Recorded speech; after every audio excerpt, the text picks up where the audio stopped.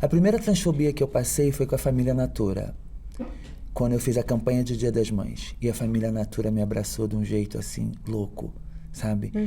Eu entrei com uma ação que uma mulher alegou que eu tinha comprado meu filho no comentário. Só que eu falo pra todo mundo, depois que eu me tornei mãe, eu não gasto dinheiro com uma bolsa de luxo, mas eu gasto dinheiro com uma boa equipe de advogados. E eu tenho um time maravilhoso que resolve tudo. E você processou essa mulher que falou Processei isso? essa mulher. Que entrou no Instagram da Natura? Não, mas ela entrou falando que como se eu tivesse cometido esse crime. Aí ela comprou o filho, que não sei o que não sei o que lá, tal. Só que ela morava fora. E aí ela achou que isso ia ficar desse jeito. Morava fora do Brasil. E aí eu falei, não, meu amor. Nem que eu vá aí na sua casa te tirar do seu sofá. Essa história vai até o fim. E aí quando as pessoas vão vendo que o negócio vai andando, que a corda vai te enforcando, você vem com o teu vitimismo. Eu falei porque eu me senti mal, eu falei porque eu tava nervosa, eu falei por causa disso. Não. Ela cometeu um não. crime, querida. Não, ela cometeu um crime tão grande que o outro, quando eu digo outro, é o outro que ler aquele assunto, é que nem... poder acreditar, e quando eu sair na rua, eu poderia passar por uma Mas situação. é que nem aqueles golpistas do 8 de janeiro, mas eu só tava andando ali, aí fui depredar. Sim. Né? Mas eu não sabia o que eu tava fazendo, né? Depredou obras de arte, Isso. aí prende... Poxa, mas foi um momento de raiva, foi um momento de impulso. Sim, mas você cometeu um E aí crime. ela alegou que morava de aluguel, que era babá, que o marido servia café numa cafeteria. Eu falei, meu amor, você pode fazer o que você quiser, sabe? E eu tenho certeza que o dia que eu pegar o seu dinheiro, eu sei pra onde vai. Então eu acho que até... E pra onde foi? o meado desse mês, eu acho que eu vou ter essa importância na minha mão e eu já sei para onde eu vou levar esse dinheiro. Você pode contar? Sabe? Eu tenho uma casa que eu amo, que é a Casa Neon, que é uma casa que acolhe meninas trans e travesti. E eu acho que essa importância vai ajudar muitas meninas lá e vai fazer muita diferença. E como é a sua relação com a sua mãe? Como chama a sua mãe? Valéria. Valéria. Como foi? Cara, eu me dou muito bem com a Valéria.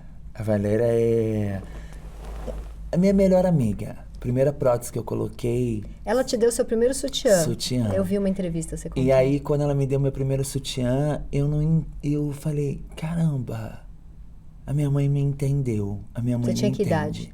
Eu tinha 18 anos. Foi a primeira vez que eu coloquei uma prótese. Com 18 você colocou a prótese? Com 18 anos. Essa daqui já é a minha quarta prótese. Mas você começou a transição com qual idade? Eu comecei a transição muito nova. No sentido que tudo que eu fiz... eu não incentivo a você a fazer, de forma nenhuma. Eu morava no bairro de Marechal Hermes, estudava no bairro do Meia. E aí eu me tornei Priscila e a minha irmã se tornou Carlos Eduardo.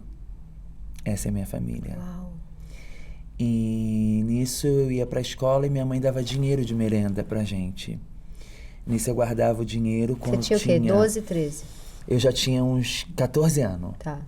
Com 14 você já falava, eu sou a Priscila. Não, já falava que eu era ela. Tá. Já me via como menina.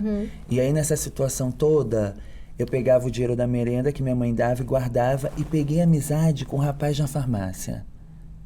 Sabe? E aí quando eu peguei amizade com o rapaz na farmácia, eu pagava e ele me aplicava o hormônio.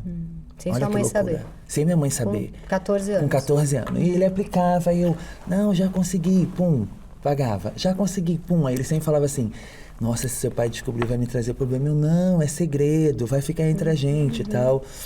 E aí, ele me aplicava hormônio, me aplicava. O meu bico do peito começou a se formar muito rápido, assim. Porque o hormônio faz isso acontecer. E aí, o bico do peito é coisa. Aí, eu não ficava em pé, assim. Eu ficava em pé, assim, perto do meu pai, da minha mãe. Eu ficava sempre em pé, assim. Camisa sempre larga. Eu ficava em pé, assim. Fui deixando a unha crescer. O cabelo crescer também. E seus pais estavam ok com isso? Ou você... Não entendiam. Tá. Mas mãe é mãe. A minha mãe sempre soube. Sempre me viu como uma filha. E aí, nessa situação toda, o cabelo ia crescendo, a unha ia crescendo. Eu comecei a transição de um jeito muito radical, assim. No sentido que, quando eu chegava na festa, eu queria blusa de menina. Aí uma prima me dava. Uma tia me dava uma sandália.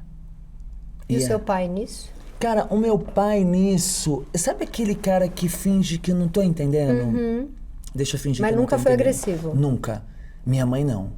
Chegava numa festa, começava a tocar o tchan, ela já me olhava como se diz, pode levantar e dançar. Maravilhosa. Sabe? Vai. Pode Se ir que eu tô aqui. entrega. E aí, e roupa daqui, Eu amo roupa essa dali, mãe. roupa daqui, roupa dali. Quando eu completei 17 anos, eu saí de casa pra morar com uma outra pessoa. Que eu via que ali não era mais o Um meu namorado lugar. ou uma amiga? Com um homem. E aí eu falei, não, tá a hora. Aí eu conheci essa pessoa, já tinha essa relação com essa pessoa. Conheci, ele foi alugar uma kitnet no Gardênia Azul. E eu fui morar no Gardênia, lá no Rio de Janeiro. E aí, né, o tempo foi passando, aí 18 anos, coloquei minha prótese e tal. E sua tal. mãe acompanhando, falando com você. Tudo. O tempo foi passando, eu frequentava a casa da minha mãe como visita. Aí eu já ia mais livre. Já tinha uma condição, já conseguia comprar minha roupa, eu já chegava com refrigerante, já chegava com bolo, vamos tomar café. Como se eu estivesse indo visitar a minha mãe.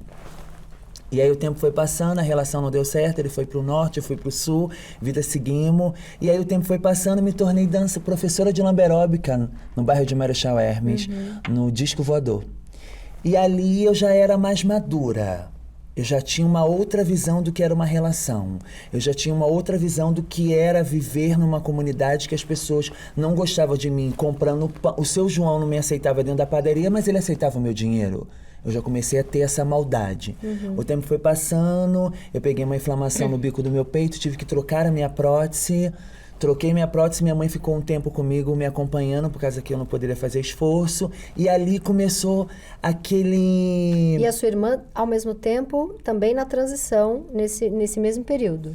Não, o Carlos Eduardo O seu começou irmão, a transição agora. Tá. Agora com 30 e poucos anos ele começou a transição. Tá. E aí nessa situação a minha mãe ficou comigo por causa dos pontos. E aí ele criou um zelo de amizade muito surreal entre eu e minha mãe. Então hoje, tudo quanto é assunto, eu falo com a minha mãe como se fosse minha melhor amiga. A gente fala de sexo, a gente fala de maternidade, a gente fala de dinheiro, a gente fala de trabalho, a gente fala de roupa, de perfume, de tudo. A minha mãe passa por um tratamento de câncer há 5 anos. Ela pegou do estômago subiu para o pulmão. Então há 5 anos ela passa por um tratamento. E quando eu digo que ela é meu balão de oxigênio, que eu nunca vi a minha mãe reclamar de nada, mesmo passando por essa doença. Eu nunca vi minha mãe ficando triste de ir fazer uma quimioterapia.